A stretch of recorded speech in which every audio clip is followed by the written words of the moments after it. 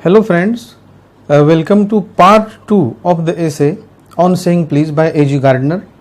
In my first video, we have discussed the first 4 paragraphs. In all there are 11 paragraphs. Let's move to the next one. Now the fifth paragraph, in which the writer takes an example of such a job or such a person whose politeness, whose manners are put to test every day. That is a bus conductor. The hustle bustle, the questions, the queries, empty seats, not getting them, and things like that. So hot conversations is a daily part of life of these people.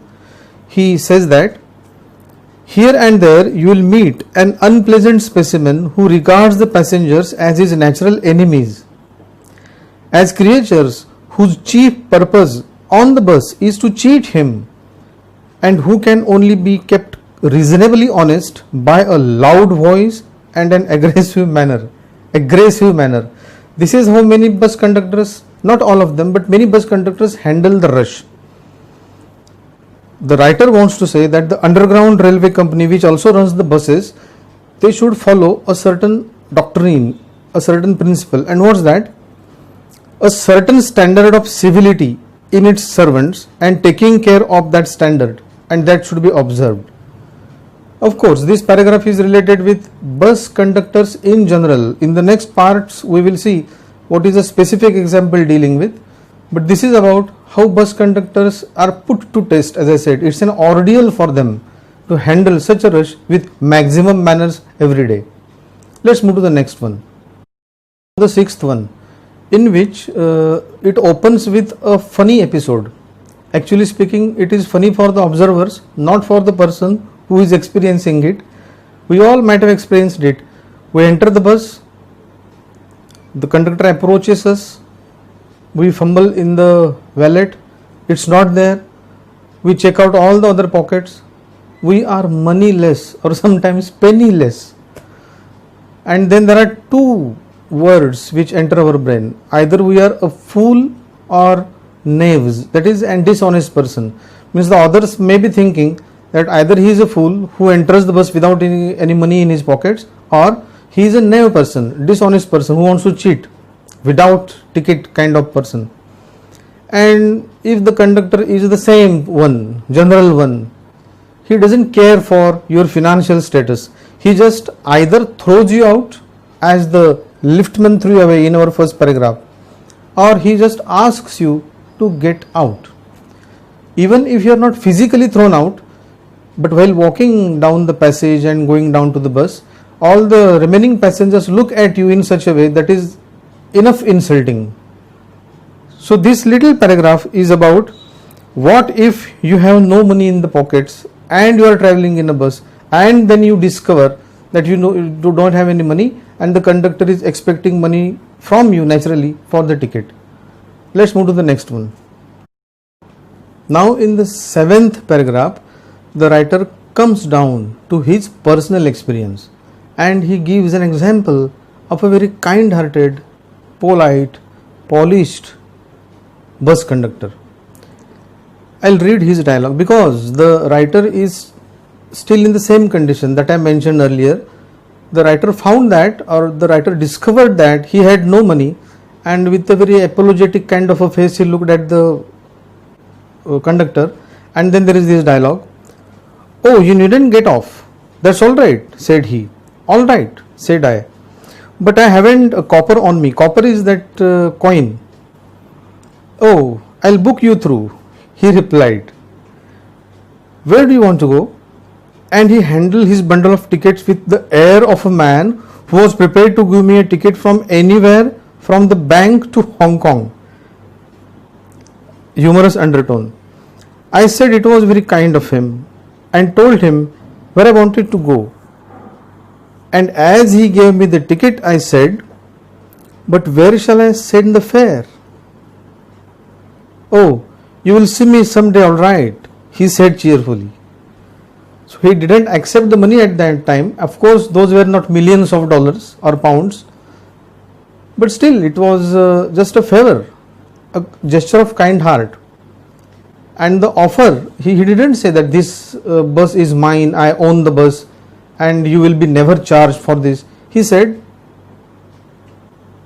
you will see me someday, all right. Means if you are a commuter, daily passenger, someday you will find me, give me the money on that day. But the writer's day, that particular day, it was sweetened because of this kind of an example. Next point is, when the writer, after getting the ticket, just fumbled once more for some kind of money, because we fumble over and over and over again just to make ourselves sure that we are really moneyless, and he found a shilling. Now he wanted to give it to him, but of course the deal was squared off. But what he remembers still is that the importance of his good nature and how it brightened his day. So this is how a good gesture can make somebody's day bright. And the same gentleman gave the writer one more experience which was painfully bright, means physically painful, psychologically bright. What happened a day was that the writer's toe was thumped upon. Naturally the writer got slightly painful at the spot. He looked with anger to the person, and he found the same cheerful person, the countenance, the same face. And then there was a dialogue in between them. We know that toes are very sensitive parts. That's why the anger was appropriate. But look at the dialogue. The gentleman said, I know these are heavy boots, sir. Got them because my own feet got trod on so much, and now I am treading on another people's. Hope I didn't hurt you, sir. He had hurt me. But he was so nice about it that I assured him he hadn't. What's the summary of this episode? That being human, some little physical mistakes and a word here and there, they are quite possible with you. But how do you react after that? If you are just justifying it without any logic, then the insult is multiplied. But if you are accepting it and saying sorry from the bottom of the heart, the genuineness of the word sorry, that matters. Sorry is just not a SORRY, 5 alphabet spelling. Then the writer says that I observed him for the next some time, and I found that he had an inexhaustible fund of patience. With old people he was as considerate as a son, and with children as solicitous as a father. He had evidently a particularly warm place in his heart for young people, and always indulged in some merry jest with them. So he was, a kind of one-man show. He handled all the age groups with equal ease, and I found that he irradiated means just spread up, such an atmosphere of good temper and kindliness that a journey with him was a lesson in natural courtesy and good manners. Now, was the conductor getting a raise in the salary? Was he getting a bonus? Was he getting a fresh installment in his salary for doing all these things? No. He was a good human being, and that's why he was doing it. I hope you haven't yet forgotten the title of the lesson on saying please. Let's move to the next one. Now let's open up the 9th paragraph with the writer's A.G. Gardiner's words. He says that what struck me particularly was the ease with which he got through his work.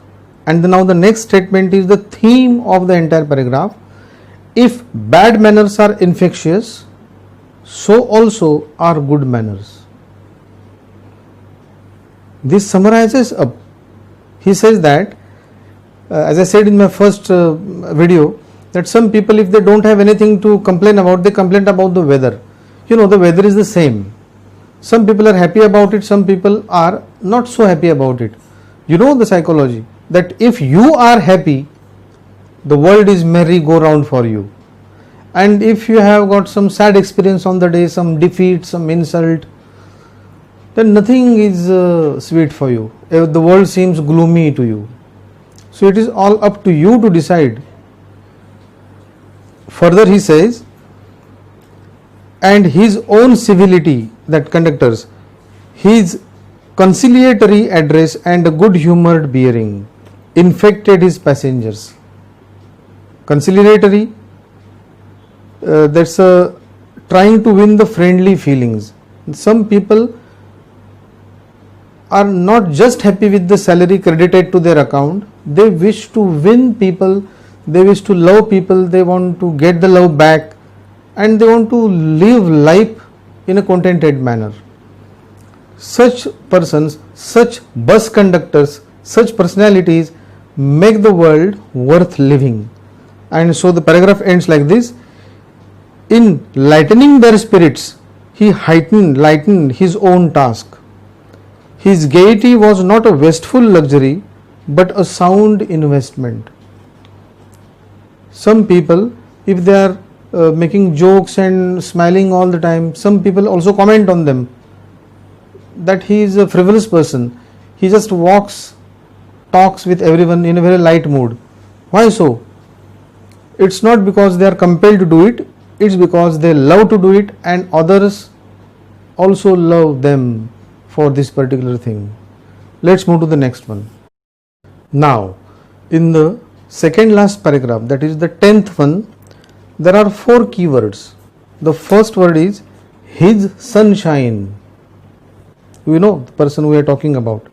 His modesty, his good temper, and his kindly feeling. In this paragraph, H.G. Gardner uses a beautiful word, panegyric, and the meaning is a speech or piece of writing to praise someone highly. Normally speaking, people talk in very high terms about big people, celebrities, successful people, and they learn from them. They are the idols, they are the torch bearers and lighthouses and everything. The writer says that if I get inspired by a common person, I am ready to write. I am ready to accept that he is my source of inspiration. Because even William Wordsworth, he had written a poem about daffodils. Daffodils are quite little flowers. In those days, it was believed that the poem should be written on the royal families and the royal affairs. He said, no, if I find joy and pleasure in the small thing, if it can drive me to write something, I'll accept it. And this is how even A.G. Gardner says that this conductor is not a lovable and desirable sort of a job. It is not glamorous. It doesn't earn much money. But he says that person had a golden heart, the sunshine, the good temper and the kindly feeling and his modesty. They make me fall in love with him and they make him my teacher. Now move to the last paragraph. Now the last and the 11th paragraph. Let us open with the writer's words. It is a matter of general agreement that the war has had a chilling effect upon those little everyday civilities of behavior that sweeten the general air. We must get those civilities back if we are to make life kindly and tolerable for each other. In the first statement, the reference of war is given, which is a worldwide thing. Coincidentally, at present we are going through a very lean period of COVID-19. We can attach this statement with our own life even today. When the corona days, the lockdown days would be over, we must get back to the original life full of civilities. Nowadays we don't shake hands, we don't embrace each other. That's fine, that's necessary, that's a rule. But one fine morning, one fine day, we must get back, not just continue this. He also says further, and he makes a reference of that liftman. Do you remember the young boiling blood who threw the passenger away because he didn't say top please? About him he says, suggests to him that he would have had a more suitable and effective revenge if he had treated the gentleman who would not say please with elaborate politeness. He would have had the victory not only over the boor is the insensitive person, but over himself. Jitendriya, the one who wins himself, can win the world. And that is the victory that counts. My dear students, this is the summary of this entire lesson, that if you win your anger, if you win your restlessness, if you win over your hatred, then you need not win anything else. And for this, the necessary tool, the helping tool is of mannerisms. Manners. Please, sorry, excuse me. The beginning of our first video. And then there is a reference of Chesterfield, Lord Chesterfield given. I request you to go to the internet, go to the book, go to the library.